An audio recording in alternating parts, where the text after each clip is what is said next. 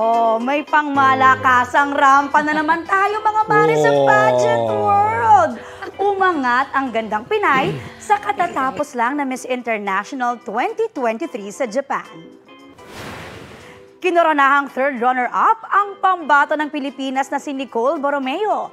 Impressive ang naging sagot ni Nicole sa final round ng Q&A tungkol sa mga nagawa niya kaugnay sa Sustainable Development Goals. Bukod pa yan sa ipinakita niyang beauty and grace sa pageant. Congratulations at mabuhay ka, Nicole! Si Miss Venezuela, Andrea Rubio naman ang waging Miss International. Balita ko, may tututukan kayo tuwing 10:30 a.m. sa GTV. Alamin ang mahalagang balita at impormasyong dapat niyong malaman sa Balita Ko tuwing Lunes hanggang Biyernes. Mag-subscribe din sa GMA Integrated News sa YouTube.